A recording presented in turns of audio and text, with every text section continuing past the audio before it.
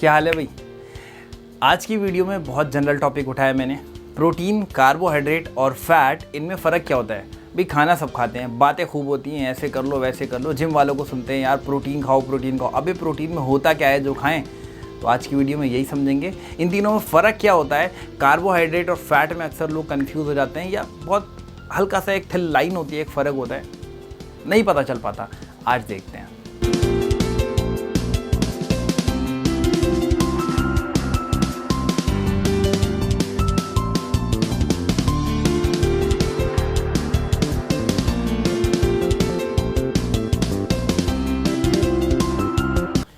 लिख दिया मैंने दो चीज़ों के बारे में। प्रोटीन क्या होता है, क्या करता है, कार्बोहाइड्रेट क्या करता है। फैट जानबूझकर नहीं लिखा, तुक्का मारना, दिमाग में सोचना पहले कि क्या होता है, फिर एंड में बताऊंगा। प्रोटीन क्या करता है। अक्सर जिम वाले जो होते हैं उनको तुम सुनोगे यार प्रोटीन खा भाई, प्रोटीन डाइट ले। जिम वालों के पास जाओगे भाई प्रोटीन के सप्लीमेंट ले ले, ठीक है। मतलब प्रोटीन प्रोटीन प्रोटीन, उनके मुँह से सिर्फ तुम प्रोटीन प्रोटीन ही सुनोगे। ऐसे पागल होते हैं। और मैंने इसलिए सबसे ऊपर लिख भी दिया मसल बिल्डिंग। प्रोटीन जो है वो मसल बिल्डिंग करता है, पर करता किस तरीके से है। प्रोटीन किस तरह से मसल बिल्डिंग करता है। प्रोटीन जो है वो रिपेयरिंग करता है और फॉर्मेशन करता है, wear and tear of cells. हमारी बॉडी जो होती है, हम लोग तो कह देते हैं हाँ भाई मसल्स हैं, ये हैं वो हैं, बट जब हम लोग अपनी बेसिक्स उठाएं, अगर हम अपनी छोटी क्लासेस की बायो की बुक उठाएं, उसमें हम देखेंगे टिश्यूज़ होते थे अलग अलग तरीके के, उसमें एक मसल टिश्यूज़ भी होते थे। तो ये क्या करता है, सिर्फ मसल बिल्डिंग नहीं बल्कि पूरी बॉडी में जहाँ जहाँ भी सेल हैं, रोज़ के रोज़ हमारी बॉडी में जो हमारे पुराने सेल होते हैं वो ख़राब हो रहे होते हैं और नए सेल जो है वो फॉर्म हो रहे होते हैं। या कुछ सेल्स ऐसे होते हैं जो इस लायक होते हैं कि उनको रिपेयर करके सही करा जा सकता है, तो उनकी रिपेयरिंग भी करी जाती है। तो repairing and formation of new sales या फिर टिश्यूज़ हम कह लें, तो ये काम करता है और इसी की मदद से वो मसल बिल्डिंग करता है। जब बंदा जिम जाता है होता क्या है, जब बंदा जिम जाता है कहते हैं कि जिम के फ़ौरन बाद आपको जो है वो प्रोटीन डाइट कुछ अच्छा ऐसा लेना चाहिए जिसमें प्रोटीन अच्छी क्वांटिटी में हो और जल्दी आपकी बॉडी में वो पहुंच भी जाए। मतलब एक होता है आपने प्रोटीन खा लिया, इसके ऊपर अलग से वीडियो धीरे धीरे स्टार्ट करेंगे। मैंने बोला था न्यूट्रिशन सीरीज़ बनाऊँगा, तो बस आप ये समझ लो कि न्यूट्रिशन सीरीज़ का ही पहला वीडियो है ये। तो वो भी मैं आपको बताऊंगा क्या फ़र्क होता है, डिज़ोल्विंग का हिसाब किताब कैसा होता है, अच्छा प्रोटीन किसे कहते हैं और थोड़ा सा ख़राब प्रोटीन किसे कहते हैं। तो फिलहाल अभी ये कि जिम से जैसे ही बंदा निकलता है उससे कहा जाता है कि भैया प्रोटीन खा फ़ौरन, मतलब कोशिश कर कि जल्दी से जल्दी कुछ ऐसी चीज़ ले जिसमें प्रोटीन तुझे अच्छी क्वांटिटी में मिले, ठीक है, और क्वालिटी डेफिनेटली होनी चाहिए। तो क्यों ऐसा कहा जाता है, क्योंकि जब आप जिम में गए, आपने एक्सरसाइज करी भाई, डंबल वंबल उठाए, ठीक है, मशीन में एक्सरसाइज करी। जब आपने एक्सरसाइज करी तो आपकी मसल्स जो होती हैं वो ब्रेक डाउन होती हैं। आपकी मसल्स क्या हो रही हैं, ब्रेक डाउन हो रही है, वेयर एंड टियर हो रहा है उन मसल्स का। अब जब आप अच्छी डाइट लेंगे, प्रोटीन प्रोवाइड करेंगे, तो मसल्स क्या होंगी, रिपेयर होंगी, वेयर एंड टियर होगा, नए फ्रेश टिश्यूज़ फ्रेश सेल्स बनेंगे।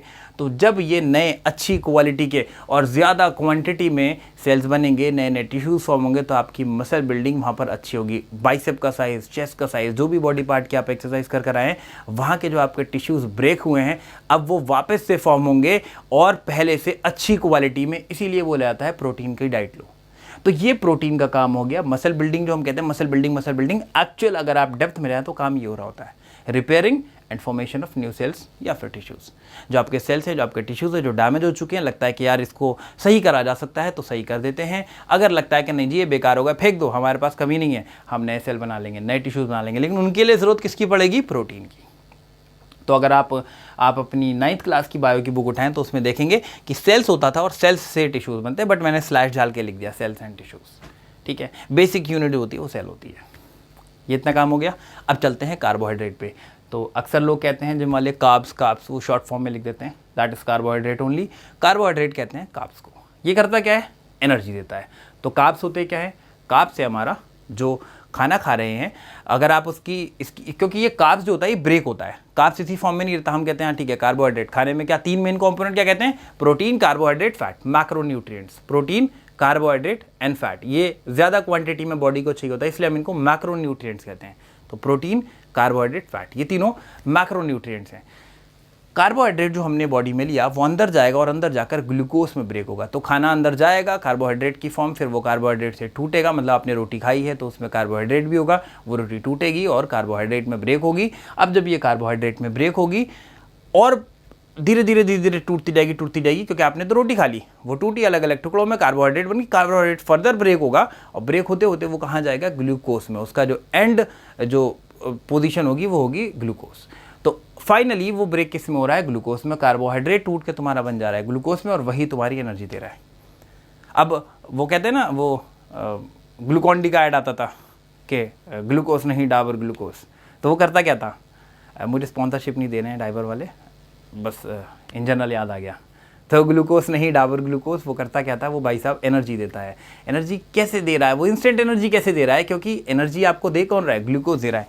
एक सेकंड मारकर उठा लूँ, कार्बोहाइड्रेट नहीं, बल्कि जब वो कार्बोहाइड्रेट टूटता है और ग्लूकोज में कन्वर्ट होता है, एनर्जी वहाँ से मिल रही है। प्रोटीन भी प्रोटीन की फॉर्म में नहीं होता है। 10th क्लास का जो हमारा चैप्टर चल रहा है, न्यूट्रिशन वाला चैप्टर, उसमें ये सारी चीज़ें बताई जाएंगी। प्रोटीन ब्रेक होता है अमीनो एसिड में। जो हमारे सेल्स होते हैं वो प्रोटीन को नहीं पहचानते, प्रोटीन बहुत बड़ी चीज़ है, वो अमीनो एसिड को पहचानते हैं। तो मैंने ये दो चीज़ें लिख दी, प्रोटीन लिख दिया और कार्बोहाइड्रेट लिख दिया। तीसरा फैट मैंने नहीं लिखा है, वो आप तब तक तुक्का मारो कि क्या होता होगा फैट, फिर मैं एंड में तो आपको बताऊंगा ही।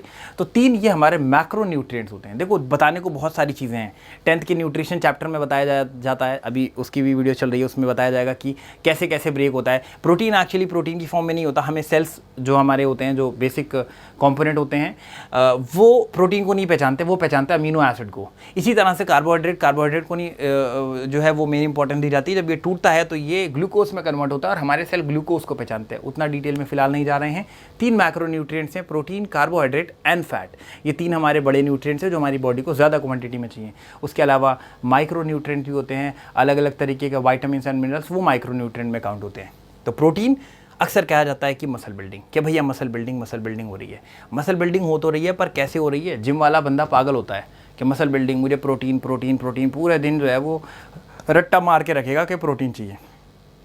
अक्सर कहा जाता है कि आप जिम से जैसे ही आ रहे हो निकल कर, आप एक्सरसाइज कर कर आ रहे हो, आप कोशिश करो एक अच्छी जो है वो डाइट लो। अच्छी डाइट का मतलब अच्छी क्वालिटी और क्वांटिटी में आप प्रोटीन लो, क्योंकि जैसे ही आप जिम से आए हो बाहर, आपको सबसे पहले प्रोटीन चाहिए। क्यों ऐसा क्यों कहा जा रहा है? कहते हैं अगर ऐसा करोगे तो मसल जो है वो अच्छी बिल्डअप होगी। क्यों ऐसा कहा जाता है?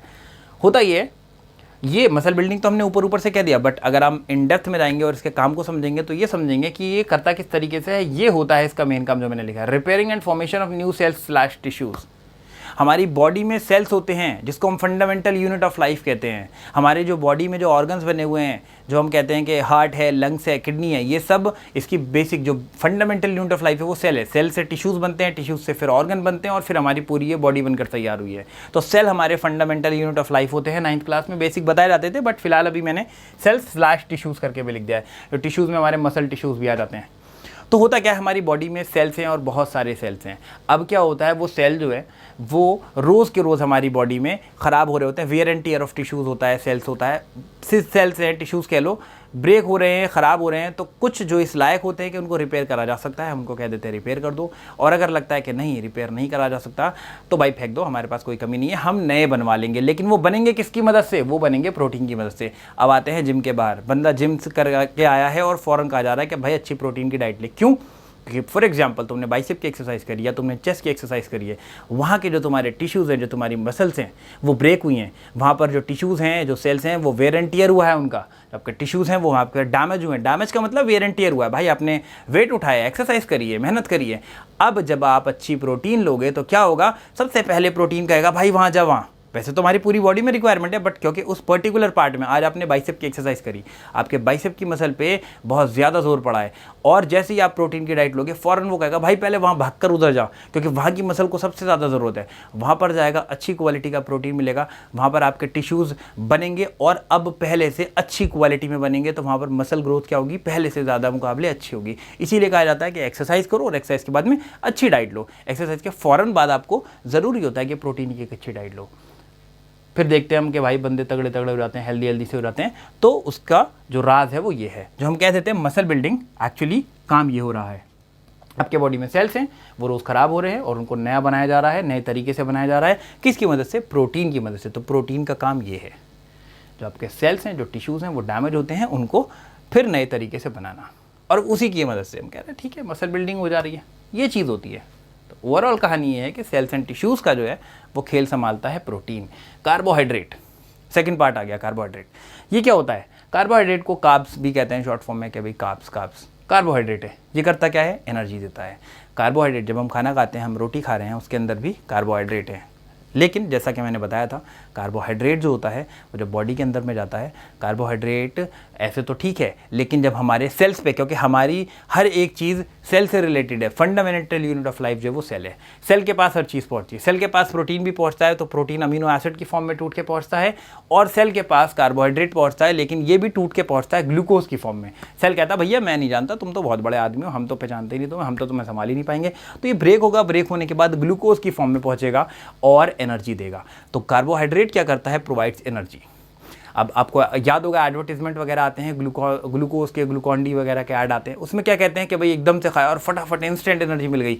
ऐसा कैसे? नहीं, झूठ नहीं बोलते, वो सही बता रहे होते हैं। होता क्या है, आपने खाना खाया, जो भी खाया कार्बोहाइड्रेट है, वो ब्रेक होगा, डाइजेशन का प्रोसेस होगा, टाइम लगेगा, उसके बाद आपको एनर्जी मिलेगी। लेकिन अगर आपने डायरेक्टली ग्लूकोज ले लिया, क्योंकि आपको एनर्जी मिल कैसे रही है? कार्बोहाइड्रेट ब्रेक होता है, ग्लूकोज में जाता है और फिर एनर्जी मिलती है। लेकिन अगर आपने डायरेक्टली ग्लूकोज ले लिया, अगर आपने डायरेक्टली ग्लूकोज का कहीं से जुगाड़ कर लिया और आपने ले लिया, जो कि ग्लूकॉन-डी में बताया जाता है कि होता है, आपने पिया और आपको इंस्टेंट एनर्जी मिल गई। दो चीज़ें हो गई, प्रोटीन और कार्बोहाइड्रेट। उम्मीद है दोनों चीज़ें समझ में आ गई होंगी। अब तीसरी चीज़ आती है फैट। मैंने जानबूझ के लिखा नहीं था। फैट होता क्या है? अक्सर लोग कहते हैं फैट मतलब चर्बी, फैट मतलब कि भैया वो मोटापा आ गया, चर्बी आ गई। ठीक है, बट है क्या चीज़ वो?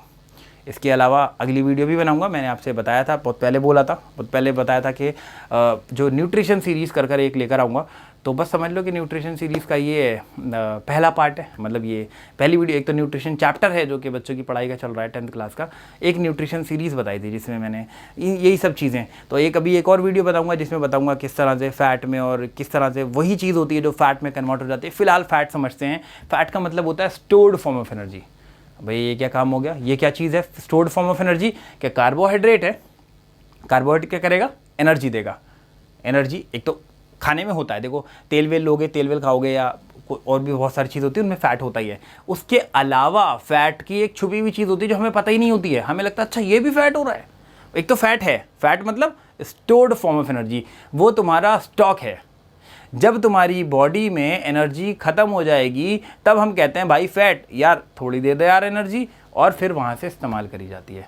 जब लोग कहते हैं ना कि डाइट कंट्रोल कर रहे हैं, यानी खाना थोड़ा सा कम खा रहे हैं, तो तुम अपनी बॉडी में कार्बोहाइड्रेट्स की क्वांटिटी को कम कर रहे हो। तुम अपनी बॉडी में कार्ब्स की क्वांटिटी को अगर कम कर दे रहे हो तो तुम्हें एनर्जी कम मिलेगी। अब तुम्हें एनर्जी कम मिलेगी, लेकिन बॉडी का काम तो चलाना है, तो फिर बॉडी क्या करती है? फिर बॉडी कहती है फैट से भैया थोड़ी सी दे दे यार, इस्तेमाल करनी है, बॉडी काम कैसे करेगी?